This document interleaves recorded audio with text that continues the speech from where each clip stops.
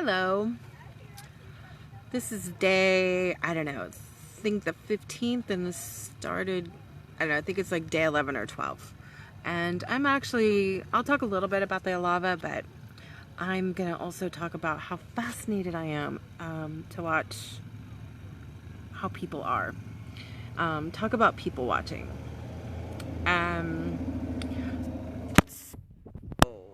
The lava today. The lava Hale Mau Mau, which is the crater. I showed pictures right in the very beginning of this crater, and it was totally full with lava.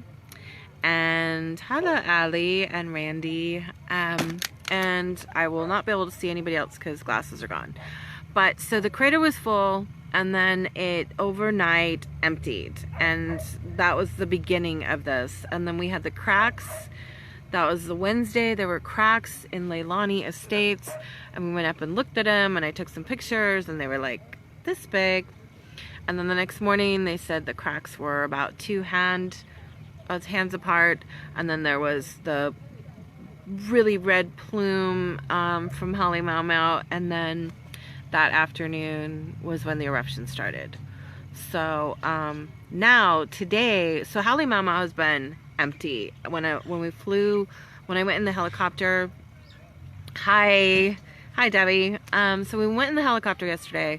We flew over that crater, and I didn't talk about it. It was like I don't know, kind of like maybe one of those like superhero movies where they look into the mouth of the monster, and you know, kind of like Star Wars when they flew into that tunnel. Anyways, that's what it looked like. It's completely empty and huge, and we're leaning over it in a helicopter without doors. So today, this morning, that crater started erupting ash, and I'm not sure if it was steam and ash, but it was enormous. And from what I heard, that those clouds are going up about 12,000 feet into the air. They went toward South Point, which is the opposite direction of where I'm at. So the air's been fairly clear today. My eyes aren't nearly as itchy, and I did get an N95 mask, and I also got the respirator mask, but they didn't have the carburetors yet, so I'm still waiting for those. We are at eruption 19 and 20. I can't remember if it was 19 or 20. 20 didn't erupt, 19 did. It's cut off Pohiki Road below my road. So Pohiki Road is cut off below my road and above my road, and my land is still, that one little block is still, hello Steve. That one little block is still lava free, the lava free zone. So the thing I came to realize today, this is a, I was thinking, you know, okay, so we'll have the lava flow, and then it will be over with eventually, and then in a couple months we'll go back in there. And I'm being told now by people who've been through other flows here that it could be up to 5 years before I go in, and I'm just not down with that. I want to go in, and I want to plant, and I want my land back. I want to go home.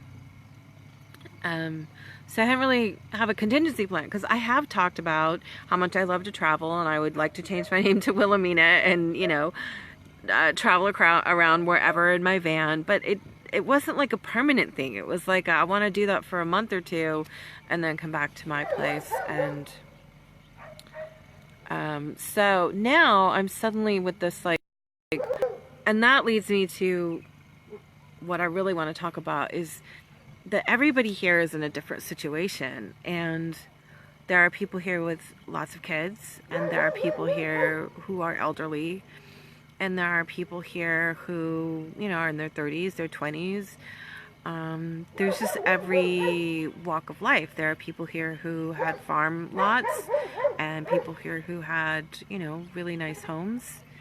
And the thing that I get a lot is, well, it's easier on you because you didn't really have a house. And it's like, I get it, but I don't think it's easier on anybody.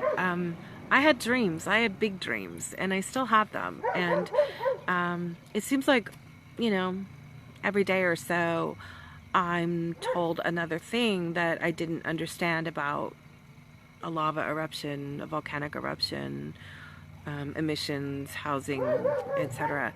And luckily or not luckily, I had, we're having an update. Fissure 6 is active again. So that's Leilani Avenue and Pohiki Avenue. So that's past my land, above my land. So we have an active fissure again, number 6. So I had won my disability hearing. You know, it's been 3 years. I've been unable to work after going through 12 years of school and loving the work I do. And I finally won this disability hearing, and I was about to receive the money and go in and, you know, clear some land and build a home and compete, you know, continue on the path to my dream in this capacity. And now I can't. So what do I do with that money? Because I don't want to leave here, but if I don't spend the money, then you know, there's just like all these sudden dilemmas that weren't here. And I know other people are going through this, you know, people who didn't, there's an insurance clause that said, in a volcanic eruption, if your house catches fire first, you're covered, but if it's covered by lava first, you're not. So, and then there are people, you know, I've talked to people who are in, you know, they have kids and they're in bad relationships, and everybody has a something, and, you know, also everybody is having a huge amount of gratitude and positive attitude, like, you know, I'm gonna rebuild, I'm gonna do this, and somehow it's just, this is just a different kind of natural disaster where it's not over. You know, when there's a flood, it floods, and the water goes away, and you go in and you clean up the mud and you rescue your house or your things. And when there's a fire, you're devastated and everything's gone, just like with lava, but it's over. And then you go in and then you start again. And now there's just this limbo that we're all in, this limbo of waiting for, you know, somebody just called me, one of the many agencies out there trying to help us, and she said, well, what do you need? And I'm like, I don't know what I need yet. No, I want to go home. That's what I want to do. So anyway, as a psychologist, as a depth, D-E-P-T-H, depth, I am fascinated by what is beneath the surface. And so I feel like, okay, I want to get me one of those little tables. Remember in Charlie Brown with when Lucy would sit and 5 cents for the psychology or psychiatry? I want to do that. I want a little 5-cent table, and I want to do like mini readings for people. And anyway, fascinating thing for me. And thank you for your support. Thank you everybody for listening and watching. And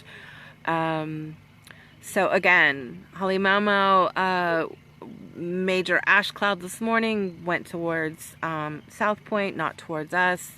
And 19 and 20 fissures. 20 is not erupting as far as I know.